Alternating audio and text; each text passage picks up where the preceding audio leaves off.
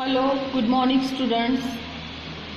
Last video में આપણે English स्वाध्याय પોથીની અંદર યુનિટ 2 અને એમાં ક્વેશ્ચન નંબર 5 સુધી જોયું હતું।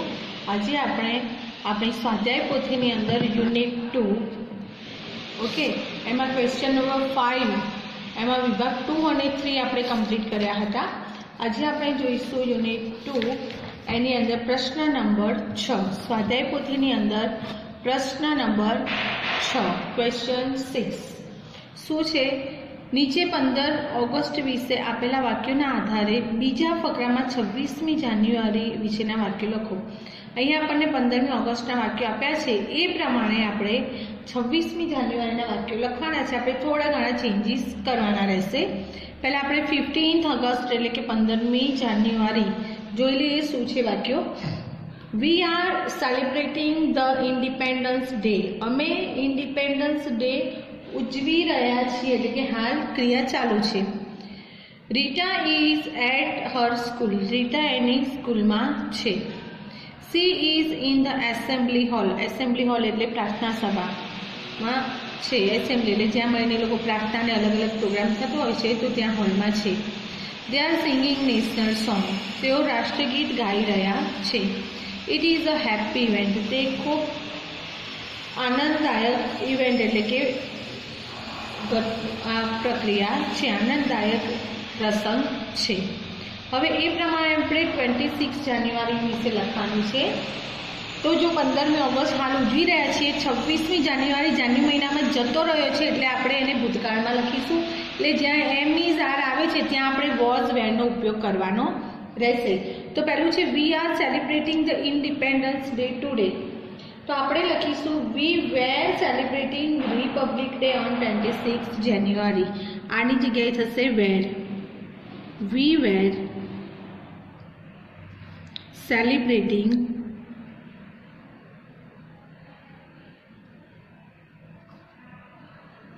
द जो इंडिपेंडेंस છે એની જગ્યાએ આપણે रिपब्लिक डे કરીશું।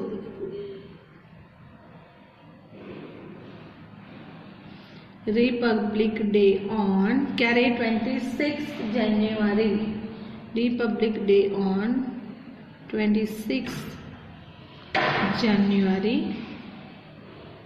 ओके ओके तो આપણે લખ્યું we were celebrating the republic day on 26 January. હવે બીજું છે Rita is at her school અત્યારે સ્કૂલમાં છે બે વખતે પણ રિપબ્લિક ડે હોય એટલે સ્કૂલમાં જ હોય તો આપણે લખીશું રીટા ઇઝ ની જગ્યાએ થઈ જશે was at her school Rita was at her school Rita એની સ્કૂલમાં હતી। પછી છે she is in the assembly hall તેની જગ્યાએ થઈ જશે ઇઝ નું થઈ જશે was She was in the assembly hall. She was in the assembly hall.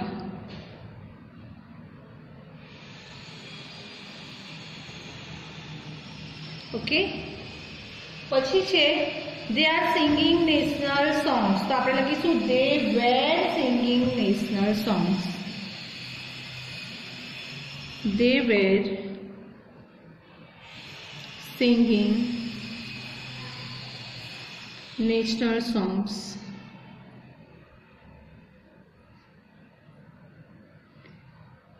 એટલે કે તેમણે રાષ્ટ્રગીત ગાયા। ઓકે હવે છે it is a happy event એટલે કે ખૂબ આનંદદાયક પ્રસંગ હતો તો it was a happy event it was આપણે અહીંયા લખી દઈએ છીએ હેપી ઇવેન્ટ। ઓકે આ થઈ ગયું 26 જાન્યુઆરી અને રિપબ્લિક ડે એના વિશેનો આપણો પેરેગ્રાફ। આપણે શું ચેન્જ કર્યા છે અહીંયા જ્યાં એમ ઇઝ આર છે તો આ ક્રિયા થઈ ગયેલી છે તો આપણે એને વોઝ વેર વડે દર્શાવ્યું છે। હવે એના પછીની છે પ્રશ્ન નંબર 7 આ એક્ટિવિટી આપણે બધી જ ટેક્સ્ટબુકની અંદર પણ કરી ગયા છીએ કે બોક્સમાં ફળો શાકભાજી તહેવારો અને ઉપયોગી વસ્તુઓના નામ આપેલ છે। અહીંયા જે છે એ શું છે ફળોના નામ, શાકભાજીના નામ, તહેવારોના નામ અને આપણે ઉપયોગી ચીજવસ્તુઓના નામ આપેલા છે.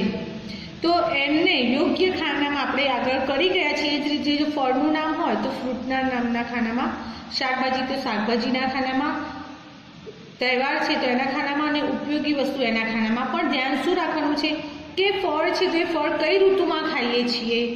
જેમ કે પહેલું નામ છે બનાના. બનાના એટલે કેળું. તો હાલ આપણે કેળા આવે છે તો ચોમાસામાં તો આપણે ગમે તે બોક્સમાં નહીં લખીએ, મોન્સૂનવાળા ભાગમાં આપણે બનાના લખીશું. ઓકે, તો એવી રીતે આપણે સ્ટાર્ટ કરીએ.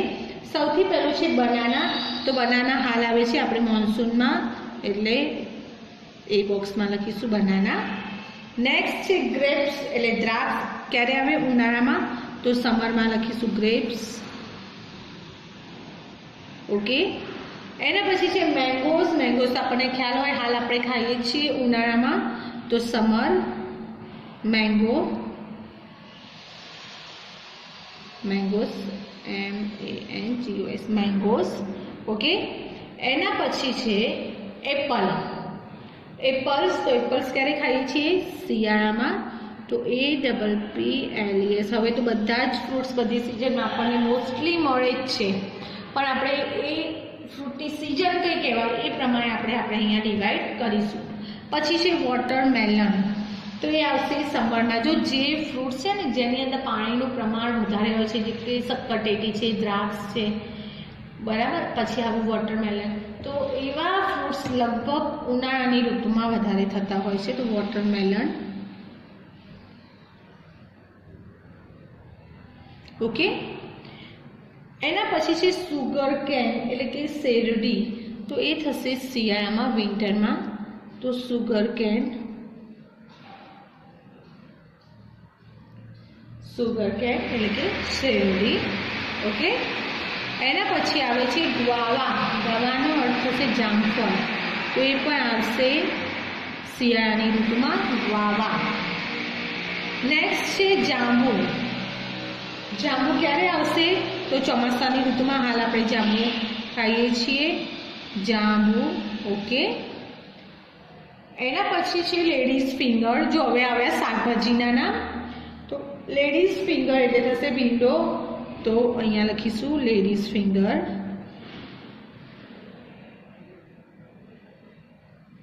Monsoon. Okay, ladies finger. Next છે શું નામ છે? કેબેજ એટલે કે કોબીજ. તો કોબીજ કઈ સિઝનમાં આપણે ખાઈએ છીએ? તો વિન્ટર. તો કેબેજ લખીશું CABBAGE. કેબેજ એટલે કોબીજ. એના પછી આવે છે બ્રિંજલ એટલે રીંગણ. તો એ થશે વિન્ટર, શિયાળામાં. બ્રિંજલ. ઓકે, નેક્સ્ટ છે કોલીફ્લાવર. એ પણ થશે વિન્ટરમાં.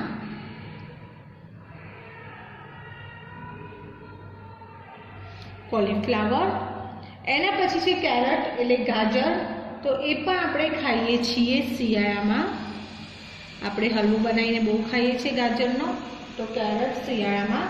પછી છે બીટર ગોર્ડ. તો એ થશે ઉનાળામાં.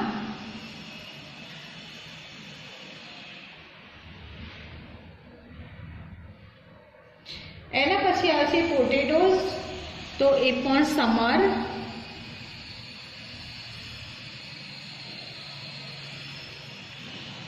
પછી જે ઓનિયન એટલે ડુંગળી. ડુંગળી પણ ઉનાળામાં વધારે ખાવામાં આવે છે એટલે આપણે અહીંયા ઓનિયન પણ અહીંયા લખી દઈશું. ઓકે, હવે આવે છે ઉત્તરાયણ. જો તહેવારના નામ શરૂ થયા. ઉત્તરાયણ ક્યારે આવે છે? શિયાળામાં આવે છે. 14મી જાન્યુઆરી એટલે શિયાળો હોય છે. તો ઉત્તરાયણ અહીંયા લખીશું. નેક્સ્ટ છે દિવાળી. તો દિવાળી એ પણ ક્યારે આવે છે? મોન્સૂન. મોન્સૂનમાં લખીશું દિવાળી. ઓકે, જે મહિના આપણે ગણીએ છીએ એ મહિના, દિવાળીના મહિના ક્યાં આવે છે? ચોમાસાની સિઝનમાં. હવે આવે છે હોળી. તો હોળી ક્યારે આવે છે? માર્ચ મહિનામાં કેમ આવે છે એની આસપાસ એટલે હોળી. એ લખીશું સમર એટલે કે ઉનાળાની સિઝનમાં. પછી છે ક્રિસમસ. 25મી ડિસેમ્બર નાતાલ. ક્યારે હોય છે? ફૂલ ઠંડી હોય છે એટલે વિન્ટરમાં. ક્રિસમસ. ઓકે, એના પછી જન્માષ્ટમી આવશે મોન્સૂનમાં. હવે આપણે જન્માષ્ટમી આવશે, બરાબર? તો મોન્સૂનમાં.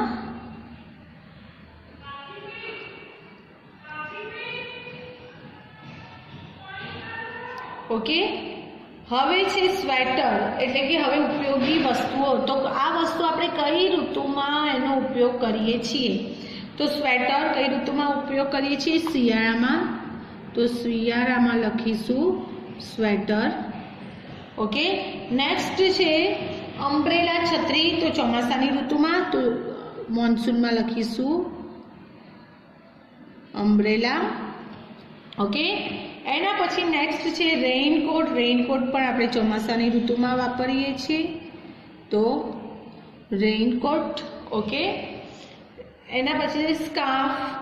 સ્કાર્ફ આપણે ક્યારે પહેરીએ છીએ? શિયાળાની ઋતુમાં. તો સ્કાર્ફ.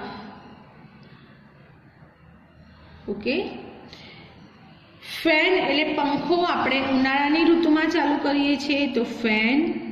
Okay, goggles.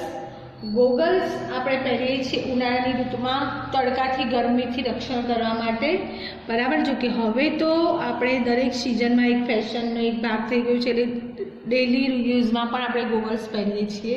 પણ જનરલી ખૂબ ઠંડી કે ખૂબ ગરમી હોય ત્યારે આપણે એનાથી રક્ષણ મેળવવા ગોગલ્સ પહેરીએ છીએ. નેક્સ્ટ છે હીટર. હીટર શું કરે છે? ગરમી આપવાનું કામ કરે છે, એટલે આપણને ક્યારે ઉપયોગી છે? શિયાળામાં, એટલે કે વિન્ટરમાં હીટર. અને એર કન્ડિશન. એર કન્ડિશન ઠંડી હવા આપે છે, બરાબર? તો એર કન્ડિશનર ક્યારે ઉપયોગમાં આવે છે? આપણને ઉનાળામાં. તો આ થઈ ગયું આપણું એક્સરસાઇઝ નંબર 7, ક્વેશ્ચન 7, જેમાં આપણે જોયું કે કઈ વસ્તુઓ, કયા ફ્રૂટ, વેજીટેબલ્સ છે અને એ કઈ સિઝનમાં આપણે એને ઉપયોગમાં લઈએ છીએ કે ઉજવીએ છીએ, ખાઈએ છીએ. ઓકે, હવે જોઈએ આગળની એક્સરસાઇઝ નંબર 8. પ્રશ્ન નંબર 8, ક્વેશ્ચન 8. ઓકે, ક્વેશ્ચન 8માં આપણે આ એક્સરસાઇઝ પણ આપણે આગળ કરી ગયા છીએ. ઓકે, એકવાર જોઈ લઈએ ફરીથી સ્વાધ્યાય પોથીમાં કે નીચેના વાક્યો કયો દિવસ સૂચવે છે તે કહો. ઓકે, પહેલું છે our teacher talk about it in assembly. અમારા શિક્ષક એસેમ્બલીમાં આના વિશે વાત કરે છે. તો કયો આવશે? હિન્દી ડે. કયો દિવસ આવે છે? તો એ આપણે અહીંયા લખવાનો છે. આ ટેક્સ્ટબુક એટલે કે ચોપડીની અંદર આપણે આ એક્સરસાઇઝ કમ્પ્લીટ કરી ગયા છીએ. Okay, we watched a play about Gandhiji and Sardar Patel. We watched a play about Gandhiji and Sardar Patel. તો એમાં બે ઓપ્શન આવી શકે. એક તો આપણો સ્વાતંત્ર્ય દિન, તો ઇન્ડિપેન્ડન્સ ડે,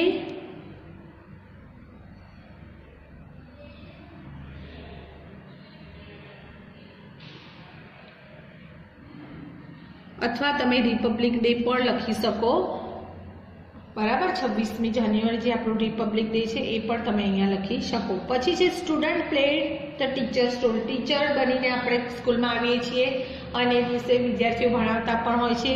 તો ક્યારે કરીએ છીએ? ટીચર્સ ડેના દિવસે. તો ટીચર્સ ડે. ઓકે, એના પછી છે we celebrate photograph and information about doctor Ambedkar. Ambedkar વિશેના ફોટોગ્રાફ્સ અને માહિતી, આપણે કોઈ પણ વ્યક્તિના જીવન વિશેની માહિતી અને એ બધું ક્યારે કરીએ છીએ? એની જયંતિના દિવસે. તો આંબેડકર જયંતિ.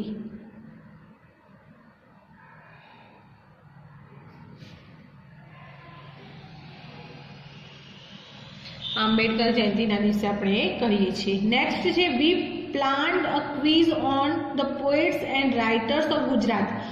જો ક્વિઝ કોમ્પિટિશનને એવું રાખીએ છીએ, પણ ગુજરાતી રાઇટર્સ અને પોએટ્સ, કવિઓ અને લેખકો વિશેની. તો એ ક્યારે રાખીએ છીએ? તો મધર ટંગ ડે. કારણ કે ગુજરાતી આપણી માતૃભાષા છે, તો એ હોય છે મધર ટંગ ડેના દિવસે. Mother tongue day. Okay, next છે અવર સ્કૂલ હેઝ વેકેશન. આપણી સ્કૂલમાં એ દિવસે વેકેશન હોય છે. But we gathered to plant sapling in our garden. પણ આપણે વૃક્ષો વાવો, વૃક્ષો વાવવા માટે આપણે એ દિવસે ગાર્ડનમાં ભેગા થઈએ છીએ. તો આ છે ધ વર્લ્ડ એન્વાયરમેન્ટ ડે. કયો દિવસ છે? The world environment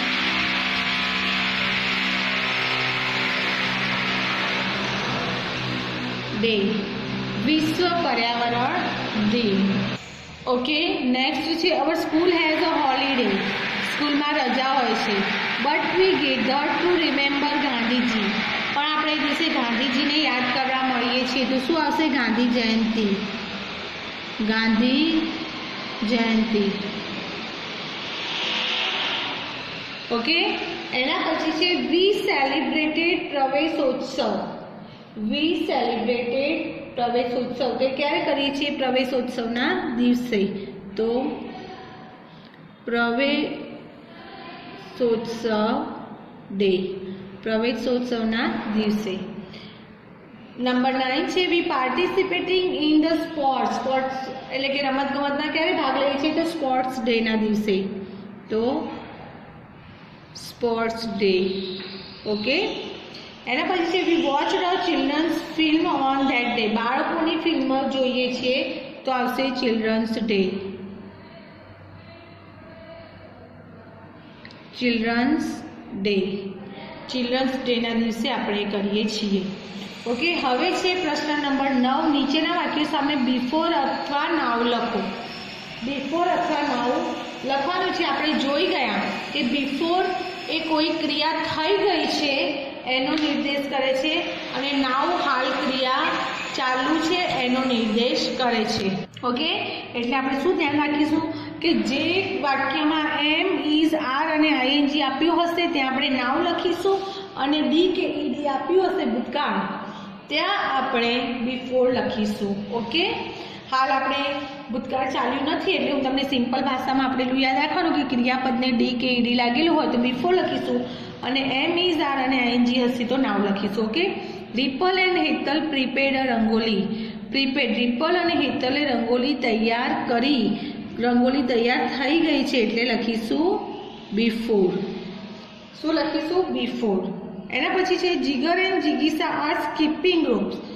R skipping એટલે હાલ દોરડા કૂદી રહ્યા છે. હાલ દોરડા એ લોકો કૂદી રહ્યા છે એટલે આવશે નાવ. એના પછી છે પ્રકાશ ટ્રાવેલ્ડ બાય સાયકલ. પ્રકાશે ટ્રાવેલ્ડ, જો ઈડી ભૂતકાળ આવ્યું છે એટલે આપણે બિફોર લખી દઈશું. ટ્રાવેલ્ડ બાય સાયકલ એટલે પ્રકાશે સાયકલ દ્વારા મુસાફરી કરી.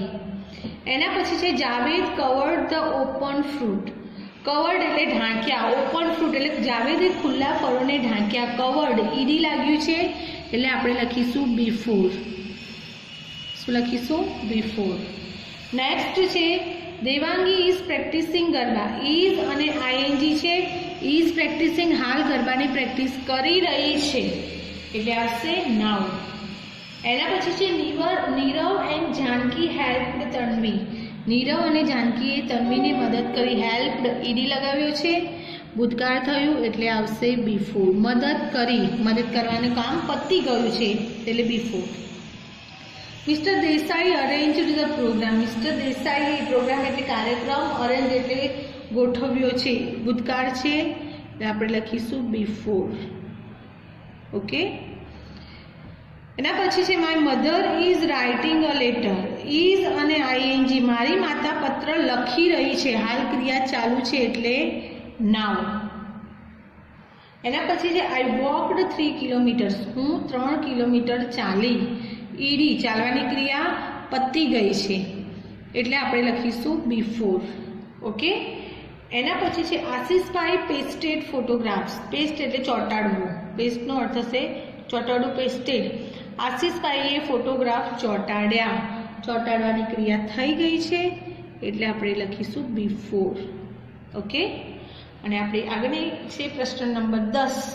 નીચેના શબ્દોને TER, ER અથવા OR લગાવીને પૂરા કરો. જો આ બધા આપણા વ્યવસાયકારોના નામ જ આપણને આપેલા છે. વ્યવસાયકારોના નામમાં કયો અક્ષર ખૂટે છે એ લખવાનો છે. TER, ER કે OR જે આવે એ લખી અને સ્પેલિંગ પૂરો કરવાનો છે. DOCTOR doctor. શું થશે? DOCTOR doctor. પછી છે TEACHER ટીચર એટલે શિક્ષક. આપણે લખીશું TEACHER ટીચર એટલે શિક્ષક. એના પછી છે PHOTOGRA PHER ફોટોગ્રાફર. શું લગાવીશું? ER. અહીંયા આવશે POTTER પોટર એટલે કુંભાર. એક ટી આપ્યો છે એટલે આપણે TER લગાવીશું. એટલે POTTER પોટર એટલે કુંભારનો સ્પેલિંગ કમ્પ્લીટ થઈ ગયો. એના પછી છે ENGINEER આવે એટલે એક ઈ છે આપણે બીજો ER એટલે એન્જિનિયરનો સ્પેલિંગ કમ્પ્લીટ થઈ ગયો. ઓકે, નેક્સ્ટ છે OFFICER ઓફિસર. બધા જ વ્યવસાયકારોના નામ છે. SHOPKEEPER શોપકીપર એટલે થશે દુકાનદાર. એના પછી છે CONDUCTOR કંડક્ટર. પછી છે CARPENTER લગાવીશું કાર્પેન્ટર એટલે થશે સુથાર. નેક્સ્ટ છે DRIVER ડ્રાઈવર. પછી છે FRUITSELLER ફ્રૂટ સેલર એટલે ફળો વેચનાર. અને ACTOR એક્ટર એટલે અભિનેતા. ઓકે, જો આપણને સ્પેલિંગ આવડે તો આપણે આ વસ્તુ કરી શકીએ. એટલે તમને સતત કહેવામાં આવે છે કે સ્પેલિંગો તૈયાર કરતા રહેજો. ઓકે, હવે આગળના જે પ્રશ્નો છે 11 થી 14 સુધીના એ પ્રશ્નો છે એ તમારે એનું ગ્રામરમાં લેસન ચાલશે. પછી આપણે સ્વાધ્યાય પોથીની અંદર કરીશું. અહીંયા આપણો લેસન નંબર 2 એ સ્વાધ્યાય પોથીમાં કમ્પ્લીટ થાય છે. અને બાકીની જે 3-4 એક્સરસાઇઝ છે જે બાકી છે એ આપણે ગ્રામરના ચેપ્ટર ચલાવ્યા પછી કરાવીશું. Okay, thank you student.